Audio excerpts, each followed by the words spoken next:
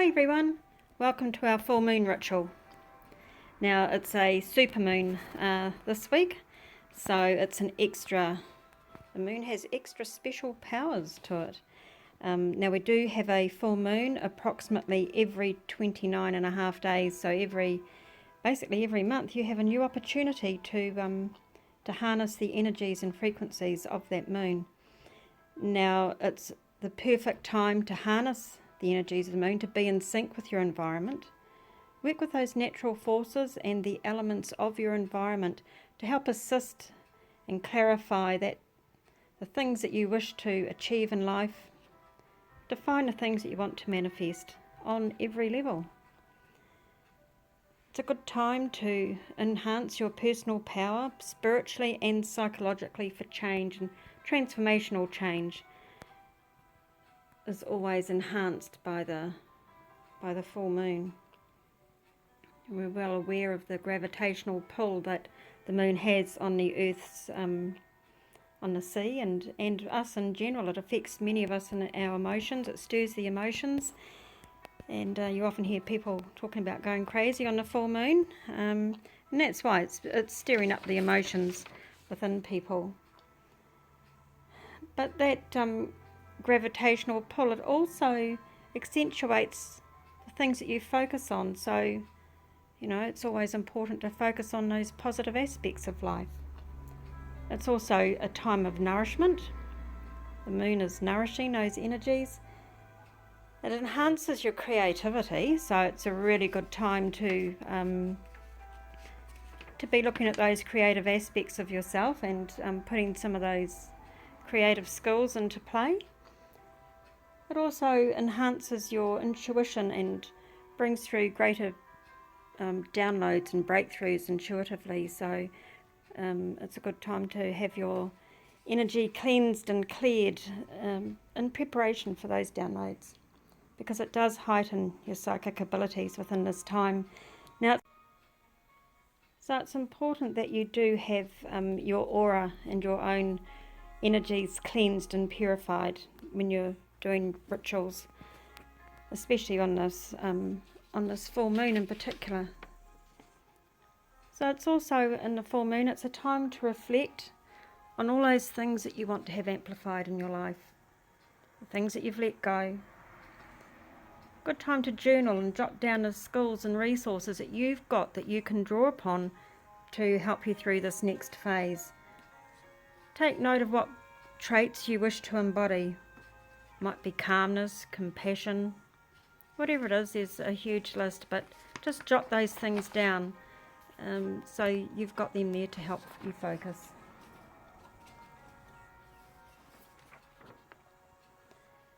It's also a time to set your intentions. What do you want to achieve in this next celestial phase? So when you're setting up your little ritual for your full moon, you need to have some symbolic objects, things that represent your desires, yourself, your positive traits and strengths, and also the things that you're letting go. So, and when you're creating your sacred space, you need to have, do you have an altar, or do you have a space set aside that you use permanently? If not, just set something up. Now, I always use a white cloth as my base. Make sure that you have no interruptions, phones are turned off. No one's going to come and annoy you. Cleanse your space first with sage or water, or a singing bowl if you are lucky enough to have one. And just quiet your mind. Your unconscious mind is clear, and just prepare your space. So what I have here on my altar, I've got my crystals here in a circle. Circle helps to represent completion. And I've got my small quartz wand there in the centre. Now I've got 2 feathers, which I went for a bit of a walk on the beach the day before the full moon, or the evening before, and I collected these feathers. It's interesting because I haven't come across feathers too often these days, but I did find a white one and a black one. And the black can be representative of your shadow, the dark times, the not so great times, and you've got the white there for purity. Now I also collected some shells, different sizes, different things that are happening. I've got the, I picked up this one originally. It was the first one. It was half covered in sand and it was just what I wanted. And I saw that it was broken. I was about to throw it back and I thought, no, wait. You know, sometimes we're a little bit broken. We're not always perfect. And we have good days and bad days. So I decided to keep the broken shell to represent that nothing ever, you know, we do at times feel a bit broken. And then I've got the little white one there. Again, it's the black and the white. Obviously the broken one is in the shadow times. And then there's these ones here that are open together. They're whole. They've stayed together, and they're in varying sizes and in varying stages of opening too. There's the small one there just starting to open, and then there's the medium-sized one and the bigger one. So those shells there are elements from the sea, because remember also it's important to have the 4 elements for your moon, for this moon ritual, to represent the air, the earth, the water and the fire. So also to represent my water is I've got my crystal bowl here with water that I've blessed, and I'm going to also put in this little quartz stone just to help amplify the energies within that. And over here I have another smaller bowl, and I've actually got a bigger stone which I'm going to put into that one, but that also came from down on the beach. And there's some more crystals here. It's also, you know, if you're representing the air, oh, sorry, water we're talking about, aren't we? So you've got your water and you've also got your candles, but also yellow and orange is important in that colouring. So we have that candle there, which is burning away. Now for air, there's also smoke. So we have the smoke from the candle and from the incense that's burning. So that's to help represent air. And over here I have a beautiful air plant. So these are things that I'm using to represent the element of air, along with my quartz wand and my feathers. So for the earth, to represent the earth, I have flowers, a red one, which also helps to represent fire, and some plants there, again in various stages. And there's a little bit of jasper also in there, which represents the earth, along with all the other crystals which come from the earth, of course. And again the fire, the red, the candle and opal.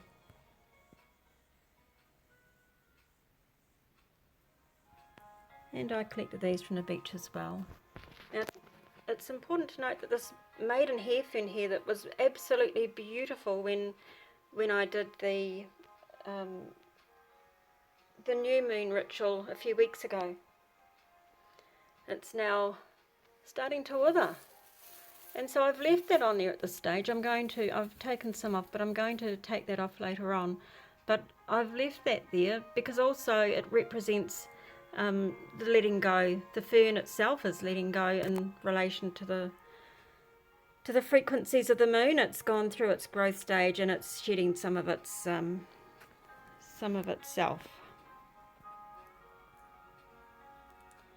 Now when you're setting up your little altar or your things for your ritual, just do it in a way that feels right for you. There is no right or wrong way. Oops, sorry about that. Got my finger in front of the camera. Not cool. So just set it up in a way that feels right for you. There's no right and there's no wrong. You can also write down some power phrases, some affirmations, words that you can repeat that are positive and uplifting.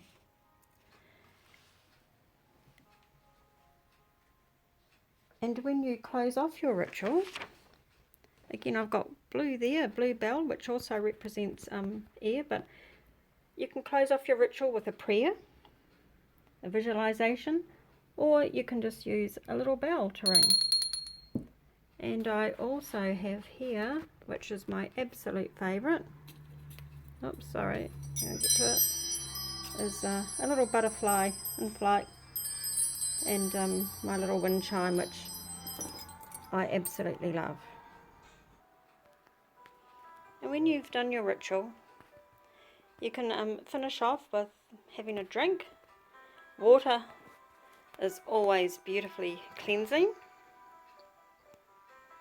Or you can have a cup of tea. Now I've got some rose tea here. These are rose petal tea, which you put into a diffuser. Now rose petals are good for self-love and compassion. And I've got a ginger tea, which is, no it's not, it's lemon, because I don't have any lemongrass at the moment. So the lemon is also good for optimism, or ginger is enhances your personal power. Now remember, the full moon also represents water, so you can have a nice long soak in a nice warm bath, especially with Epsom salts to help soften the water and to help cleanse away any toxins in your physical body. So remember that it's time also to harvest the intentions that you set a few weeks ago on that new moon. What are you manifesting that you set those intentions for? What's been aligned to your energies and your frequencies? Acknowledge those, be in gratitude for them, be in gratitude for what you have in life. Brings in the blessings and enhances your potential. So just finish off your ritual when you've done it with that gratitude.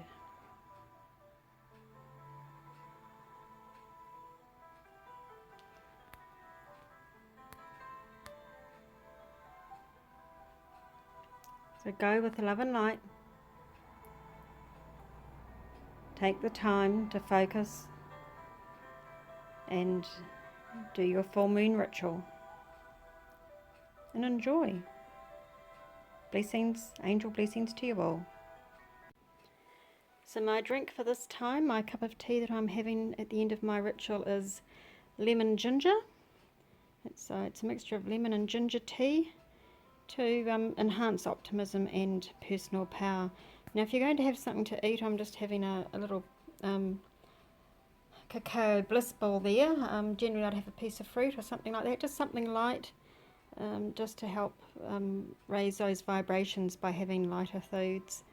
And I do make a little ritual out of having my cups of tea. I don't just sit down and have a big mug of tea. I do like to have it set up reasonably nice, and I just sit back and really basically relax and enjoy it and focus again in on those things that I'm wishing to manifest. And also showing gratitude for the blessings that I've received in this last month.